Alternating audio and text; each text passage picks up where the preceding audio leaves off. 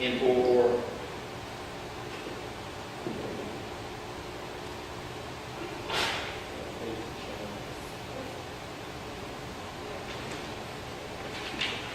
Okay, how did all this begin? Well, about 50, 60 years ago, when oil drillers were drilling down straight vertical wells, they hit this rock formation years ago, and there were outcroppings too that they could tell. And geologists told them, yes, that's a gas-bearing formation.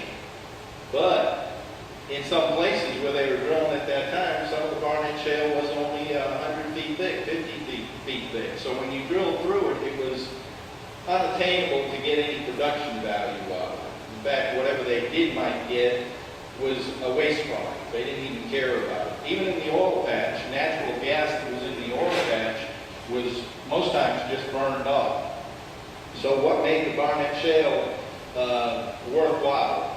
Mitchell Energy in the 1990s started experimenting first with slant drilling, and then found out that they actually could go horizontally and drill right through the middle of this formation and stimulate it and get the gas out. So now you're drilling down 6,000 feet or so, turning pipe, going horizontal, and going out as much as a mile and a half through the middle, stimulating that field and being able to mine the gas now out of a mile and a half of the shale.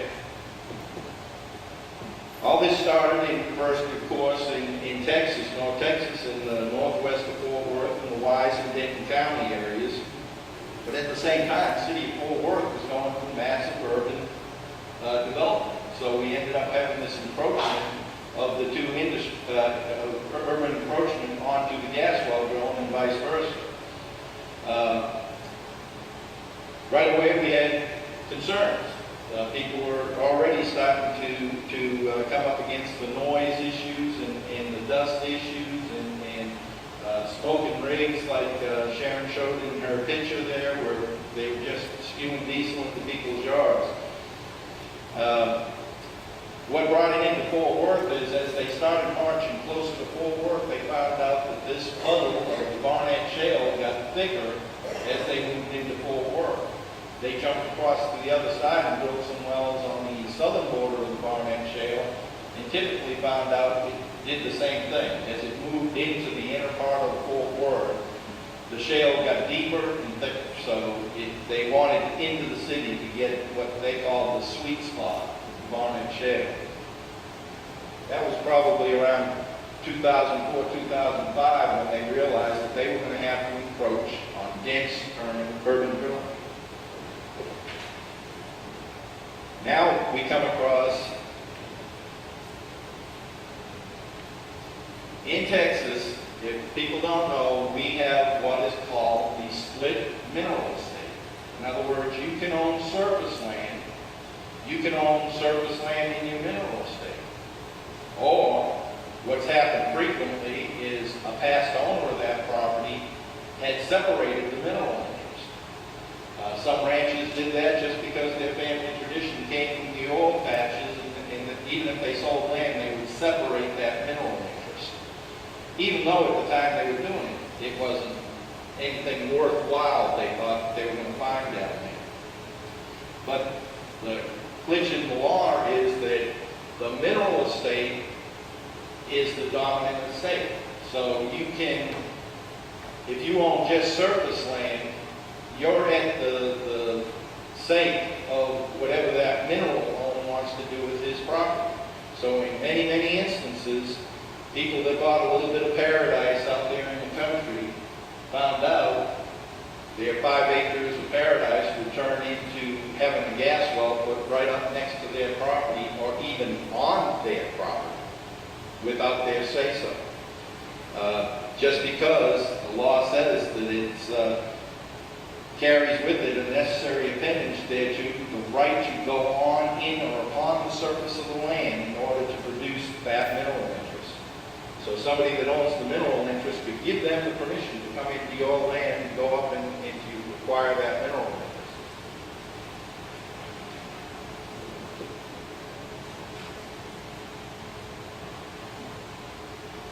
This was the reason in Fort Worth we found the same thing going on. In the city environment, we found urban neighborhoods subdivisions where people still had their mineral interest, because nobody ever imagined that we would ever be doing oil drilling or natural gas drilling in an intense city, metropolis area like Fort Worth, Texas. It just was not imagined. But municipalities do have some powers.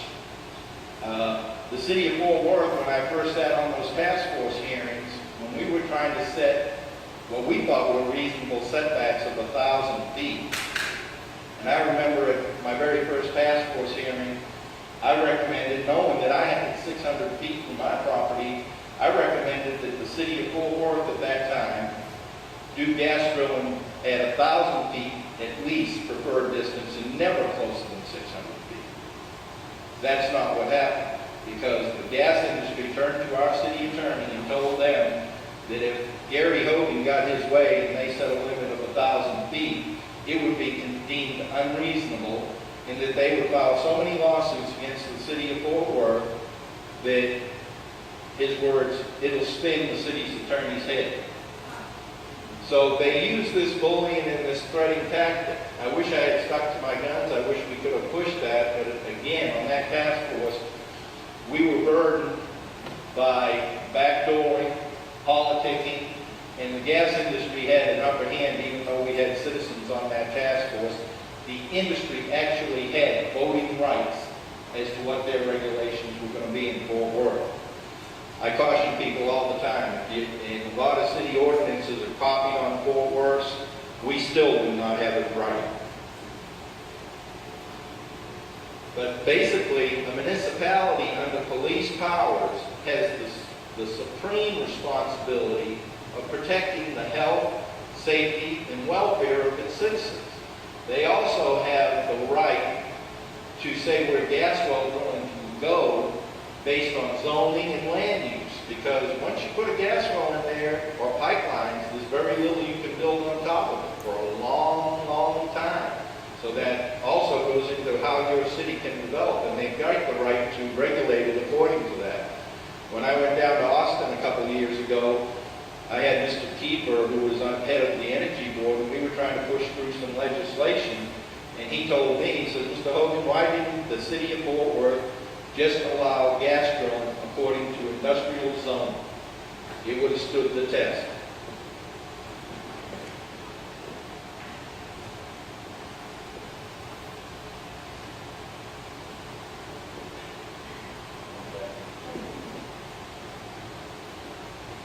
I'm just going to go over this. I sometimes talk too much, and I'm going to try to cover this material a little bit more quickly, because what I found is what's more interesting is what's on y'all's mind, and that if we can be here to answer some of your questions, we're probably going to get to the heart of your matter.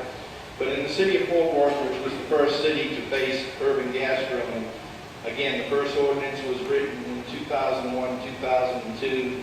It basically addressed the noise issues, the dust issues, and somewhat of the truck issues. But they basically relied on the Railroad Commission and the industry to tell them what was reasonable. Note back then, the minimum setback in Fort Worth was 300 feet. And then in 2005, we moved it to 600 feet with waivers down to 200 feet. Right now in the city of Fort Worth, protected uses are like churches, schools, hospitals, and your homes. The only way they can move closer is to get waivers. We set that waiver, I thought, at a very high level, at 100%, knowing they couldn't get that, but they needed to work very closely to get that. Our city council has passed gas drilling close, every single time, close to the protected use of a city park. We've never denied one as close as 200 feet. So every time that 600 feet has been violated down to 200 feet. In the city of Fort Worth, we have seen waivers approved by city council down to as close as 225 feet from residences, with only 30% of the waiver signed. So I say that because this area is about to get into some of this, possibly, and you need to make sure that your politicians are working for you and not for the industry, because that is what's going on in Fort Worth right abiding by the wishes of the gas and oil companies and allowing them to do what they want to do, and we keep lowering the bar instead of that higher bar standard we tried to work out. They keep coming closer, and the city council keeps approving it. So why even look for a piece of land when you know the city council is maybe going to give it to you at 200 feet or 300 feet? So they're coming with more and more of what we used to call high-impact well sites. The industry didn't like that term. High impact, that sounds bad, that sounds scary. So they didn't like to use that word. So now we use less than or greater than 600 feet. That sounds a little bit innocuous.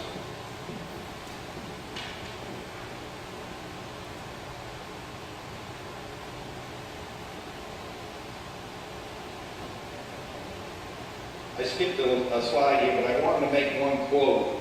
In 2010, we had a Fort Worth City Councilman make this statement: "What we do without vision, people perish." Now that sounds like he'd be talking about something like this, gas terminal, something that's very terrifying. Do you know what we were talking about when he made that statement? Whether we should look into having a trolley car system in Fort Worth. That's just kind of ridiculous when you weigh those two things and a councilman makes that kind of judgment. What we are rushing to judgment and must be deliberate and proceed with expertise. Well, when Fort Worth went into gas drilling, nobody did an environmental impact study. Nobody said, hey, whoa, wait a minute, let's take time out. What's the infrastructure going to be like? What are we looking at? What's this picture going to be like? We just opened our gates to gas well leasing and then said we can't stop it. By the way, that councilman was also talking about trolley cars when he said we must proceed deliberate and proceed with expertise.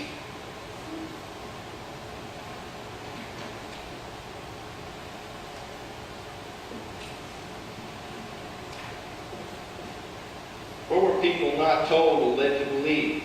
Well, well sites are just never one well site. In the city of Fort Worth, we have seen multiple gas well pad sites for over 20 wells being proposed next to neighborhoods. In fact, last night, because of the efforts of a very strong minority community and another community nearby, Chesapeake lost the case mainly because they came in saying it was going to be 1 to 4 wells. They couldn't get the waivers for it because that minority community would not sign the waivers in spite of being offered $7,500 per homeowner just to say it's okay to put that well within 600 feet of my property. What those people had found out, that it wasn't going to be 1 to 4 wells. It was going to be 25 wells. So again, you're looking at 25 wells long term. Like Sharon said, multiple frackings, multiple operations. You're looking at long-term industrial activity in your neighborhood. Gary, can we take 2 or 3 questions? Sure. And then wrap up your segment. So we've got 2 more speakers and a lot to explore. Yes, it is. And you know what? I think we will. Just a couple of questions. Sure. Gary has experience. Not to say Jim or Calvin or Russell, but Gary belongs to a group who actually get in with the community, gets down and dirty, works with them face-to-face, hand-to-hand combat, basically. So this is the guy who knows how to talk to people who live in the neighborhoods. So, And my background's a little bit more with the ordinance and regulation type background, because these 2 folks do. Nobody's gotten down dirty and given more time. Calvin's gone all the way to the east